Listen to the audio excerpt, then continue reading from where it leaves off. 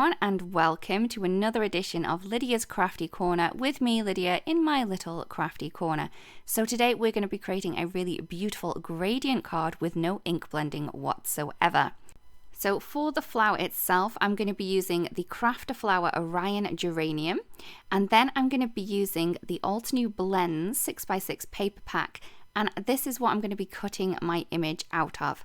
I have a green piece of cardstock, the kind of orangey yellow one, and then a purple one as well. I'm just going to trim these down to 6x3 just so I can then pop these through my little mini blossom die cutting machine. So this is what I'm going to be using. I am going to be using the base layers first, and as you can see, all I'm going to do is I'm going to place them into position onto the cardstock. Now the base layer is going to be the lightest, so I'm going to pop that onto the lightest part of this really beautiful ink blended kind of effect cardstock that we have without making any mess with ink blending at all. I'm then going to cut a further one out of the kind of lighter side of the cardstock just to give me the 3 flowers instead of 2. I can then move on to the second layer, and for these I'm going to be cutting these out further down the paper. So I'm going to kind of work my way down this gradient paper, giving myself darker and darker shades with the various layers for these beautiful flowers. So I have like the mid layer with the mid color of the beautiful gradient cardstock there. And then I'm going to move on to the darker layer, which will be the third layer of the flower. That's going to give us that really great shading and depth of feel in our layered flowers later on. So I'm just moving these into place on top of each other so I know which ones I'm going to stick together later on.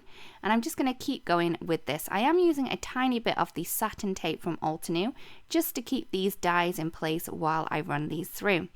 So for the leaves, I'm just going to pop them again into place like I did the others. So adding the base layer of the leaf on the lighter shade and then the darker layer onto the other side of the cardstock where it is darker. I just love these pieces of paper. They're just so easy to use, and it makes it really, really great and easy to get this beautiful gradient effect.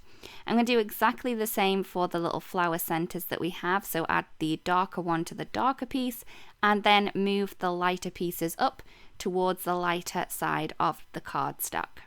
So once I have all of my layers cut and complete, I can then go ahead and stick these together. We do have the layering guide on the back of the packaging on the Crafter Flower, so you can really see how these really go together really quickly and easily. But once you've popped these together a number of times, I don't think that you're going to need that layering guide because these are really simple and easy. You can just layer up kind of the bottom parts of this flower, and then that's where most of the images is going to kind of sit and layer up.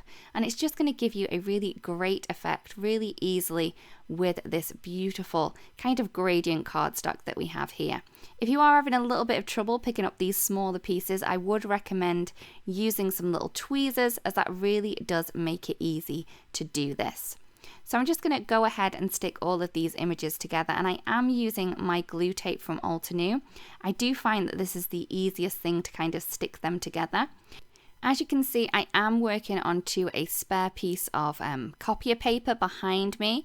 This helps me not get my desk in such a mess with the adhesive. So it's just going to add on to that little piece of cardstock that I'm working on, and then I can just chuck this away instead of cleaning my desk all the time with the adhesive. So once I have all of my flowers in place, I'm then going to move on to the flower centers. And for these, I thought it would be easier just to use a little bit of wet glue.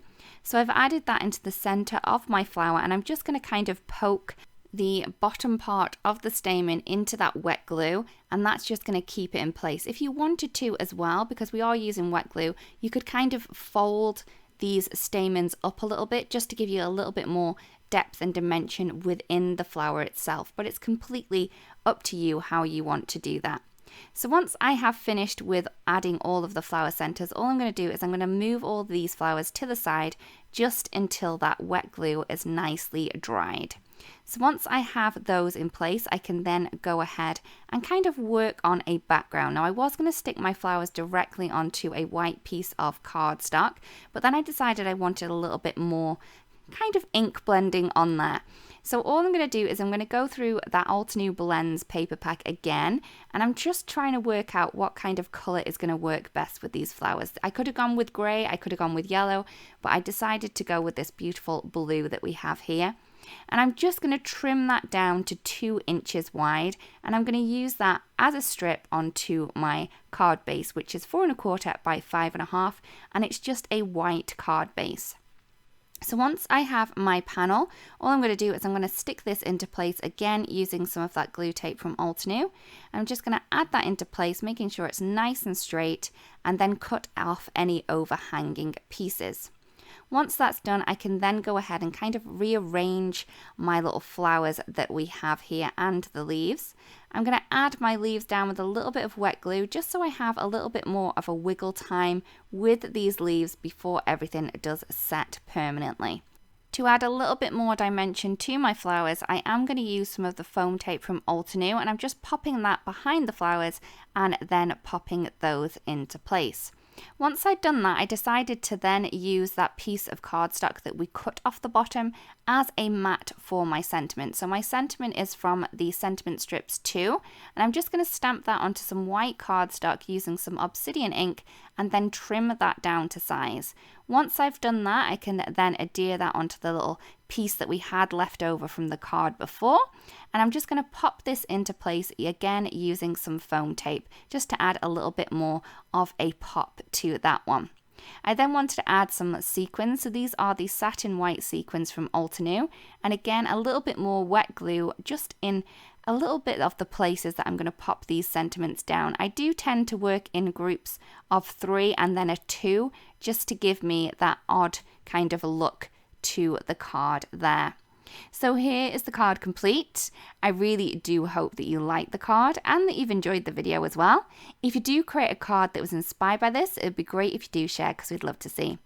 Thank you so much for watching, and I really do hope that you have a really great weekend. See you soon. Bye-bye. Hello there, crafty friend, Lydia here. Just popping in to say that you can get your daily dose of crafting tips, techniques and tutorials just like this by subscribing to the Altenew YouTube channel. All you need to do is click on that little bell up there and you will never miss a video. Thanks for watching. Bye bye.